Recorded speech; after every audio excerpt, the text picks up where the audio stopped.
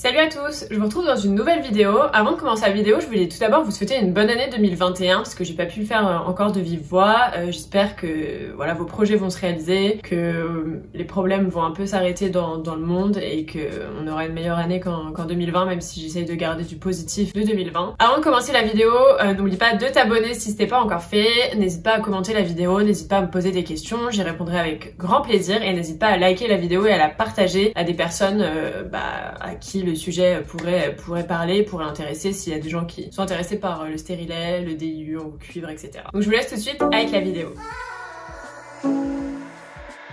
Pourquoi stérilet, DIU, qu'est-ce que ça veut dire? En fait, DIU, ça veut dire dispositif intra-utérin. C'est un moyen de contraception sans hormones et il est efficace entre 5 à 10 ans en fonction du stérilet. Donc, faut savoir que moi, j'utilise stérilet comme mot, mais le mot qui est le plus utilisé, c'est DIU parce qu'en fait, stérilet est assez péjoratif dans le sens où il y a le mot stérile dedans et ça ressemble à ça. Donc, je vais vous insérer une image. C'est assez petit, on s'en rend pas forcément compte en photo, mais je pense que ça fait cette taille-là à peu près. Et je vais vous parler maintenant des idées reçues, des petits a priori qu'il peut y avoir sur le stérilet justement. Donc comme je viens de vous le dire, le DIU au cuivre ou appelé stérilet ne rend pas du tout stérile, c'est vraiment un mythe et pas du tout vrai. Voilà, ça a été appelé comme ça, je ne sais pas vraiment pourquoi d'ailleurs, mais ça ne rend pas du tout stérile. Et il faut aussi savoir que les jeunes femmes, les adolescentes, les jeunes adultes peuvent mettre un stérilet, ce n'est pas du tout réservé aux femmes ayant déjà accouché, aux femmes ayant déjà eu des enfants. Ça c'est aussi un mythe, on me l'a déjà dit en consultation gynécologique, mais ce n'est pas du tout vrai. Il y a des stérilets qui sont adaptés aux femmes nullipares, donc nullipares les femmes qui n'ont jamais eu d'enfants. Donc il y a plusieurs tailles de stérilets, généralement il y en a un petit qui est pour toutes les femmes qui n'ont jamais accouché, puis il y a d'autres tailles en fonction de vos prédispositions. Comment ça fonctionne? Donc en fait, le cuivre permet de bloquer la fécondation en empêchant les spermatozoïdes d'atteindre l'ovule. L'effet contraceptif est également réalisé grâce au cuivre qui empêche la fixation de l'ovule dans l'utérus. Je regarde un petit peu mes notes parce que je suis pas non plus médecin. Plus la teneur en cuivre est importante, plus l'effet toxique sur les spermatozoïdes augmente. Il faut savoir que les DIU au cuivre n'influencent pas sur l'ovulation ou la sécrétion d'hormones féminines responsables du cycle menstruel. Donc c'est-à-dire que vous aurez quand même vos règles et surtout il n'y a pas d'hormones dans le stérilet. C'est vraiment le stérilet au cuivre, c'est vraiment un moyen de contraception sans hormones. Il peut rendre les règles plus longues et plus douloureuses, surtout pendant les premiers mois, donc ça va peut-être pas être pour tout le monde. Il va falloir essayer en tout cas de voir comment votre corps réagit, parce que c'est sûr que si vous avez déjà des règles très douloureuses et très abondantes sans stérilet, ça peut peut-être empirer la situation. Alors ça peut l'empirer par exemple que 4 à 6 mois ou les premiers mois, et après aller de mieux en mieux, mais ça peut aussi être insupportable pour vous, donc il faudra vraiment voir tout ça avec votre professionnel de santé. Parce que je rappelle que je ne suis ni médecin, ni gynécologue, ni sage-femme. Je fais vraiment cette vidéo pour vous raconter mon expérience,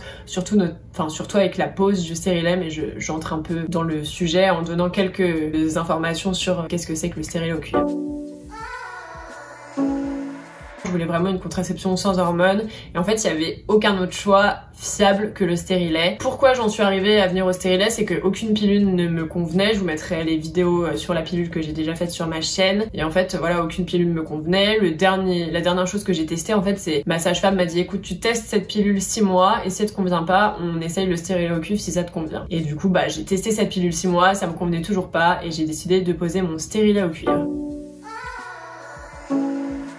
Là, je vais parler vraiment de avant la pause. Elle m'avait vraiment dit prends rendez-vous au début de tes règles ou au milieu de tes règles ou au moins à la fin de tes règles, donc pendant tes règles, pour faire poser le stérilet parce que le col de l'utérus est plus dilaté à cette période et c'est beaucoup moins douloureux et beaucoup plus facile pour la sage-femme ou la gynécologue d'insérer le stérilet. Elle m'avait également recommandé de prendre 1 ou 2 space-fonds avant la consultation, donc 1 heure environ avant le rendez-vous pour la pause. Ce que j'ai fait, j'étais assez détendue. Elle m'avait vraiment juste conseillé de me faire accompagner pour me faire ramener justement après la pause parce qu'elle m'a dit voilà, ça peut être douloureux, tu peux avoir mal au ventre, tu peux avoir des contractions, donc vaut mieux peut-être pas rentrer en transport parce que moi j'y allais en transport, c'était entre mon travail et chez moi, et donc pour cette fois-ci elle m'a dit voilà, vaut peut-être mieux qu'il y ait quelqu'un qui vienne te chercher en voiture. Donc c'est ce que j'avais fait.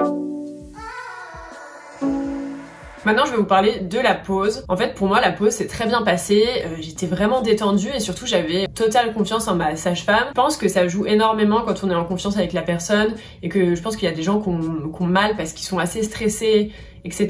Et même si la personne fait de son mieux et fait bien les choses, quand on est stressé, crispé, je pense que ça a plus de mal à passer quoi. Elle était très pro, très douce, elle m'a vraiment tout expliqué pendant qu'elle le faisait, elle m'a vraiment même fait une petite démonstration avant. Et donc en fait dans la boîte du stérilet, la boîte est assez grande et finalement dedans il y a un applicateur en plastique, c'est une grande tige en plastique assez longue et finalement ça aide vraiment à la pose, ce qui fait que voilà, le stérilet est replié sur lui-même, donc il passe tout droit et après il se déplie dans l'utérus. Et quand j'ai vu la taille du stérilet, enfin elle m'en avait montré plusieurs lors de notre précédente consultation, et en fait j'avais vu la taille et c'est vrai que c'était tout petit, donc ça m'a vraiment rassurée. Et c'est vrai que j'avais regardé beaucoup de vidéos les mois précédents et ça m'avait beaucoup stressée, mais je pense que voilà, chaque expérience est unique et quand on est en confiance avec notre professionnel de santé, ça peut faire mal, mais je pense que quand on est détendu et en confiance, il y a beaucoup moins de risques que ce soit douloureux. Donc finalement elle insère le stérilet dans l'utérus en passant par le vagin, donc grâce à cet applicateur. Donc moi comme je vous dis, je n'ai pas eu mal sur le coup et à la fin elle m'a dit bah voilà, c'est fini. Et moi je lui ai dit ah bon, mais déjà, mais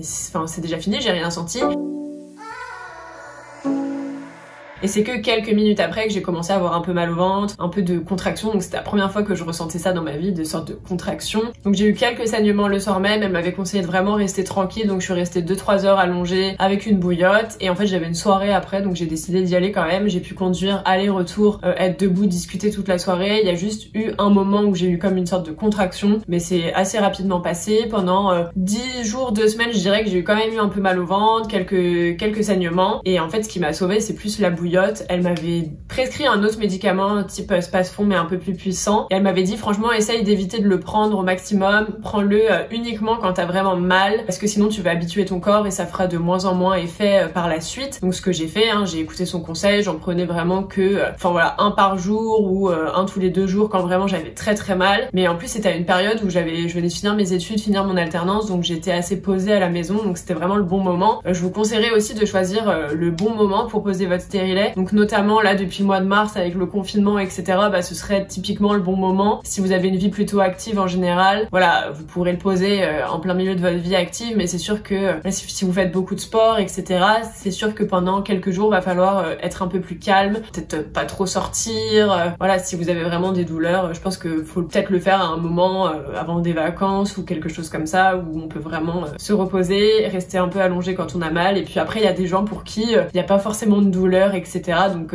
chaque pause et chaque histoire est différente finalement. Donc à J+14, il fallait faire, en général il faut faire une échographie dans les 1 mois après la pause pour voir si le stérilet est bien placé. J'ai des amis qui ont dû faire leur échographie 1 semaine après, moi c'était 2 semaines après. Donc j'ai fait l'échographie, tout était correct. Et 2 semaines après l'échographie, je devais retourner voir ma sage-femme pour voir si tout était ok à nouveau. Et puis en fait après elle m'a dit voilà, si t'as pas de problème entre temps, on peut se revoir que dans 1 an. Donc faut savoir que l'année d'après j'étais à l'étranger, donc j'ai pu faire une échographie de contrôle etc. Voilà, si vous avez pas de douleur, pas de problème particulier, normalement faut pas trop s'inquiéter. Donc après c'est sûr que c'est bien de consulter 1 fois par an un gynécologue ou une sage-femme. Je tenais surtout à vous dire, pour la pose du stérilet, si vous êtes stressé, pour moi la clé c'est vraiment de choisir un professionnel de santé en qui vous allez avoir confiance, quelqu'un de doux, quelqu'un qui est à l'écoute.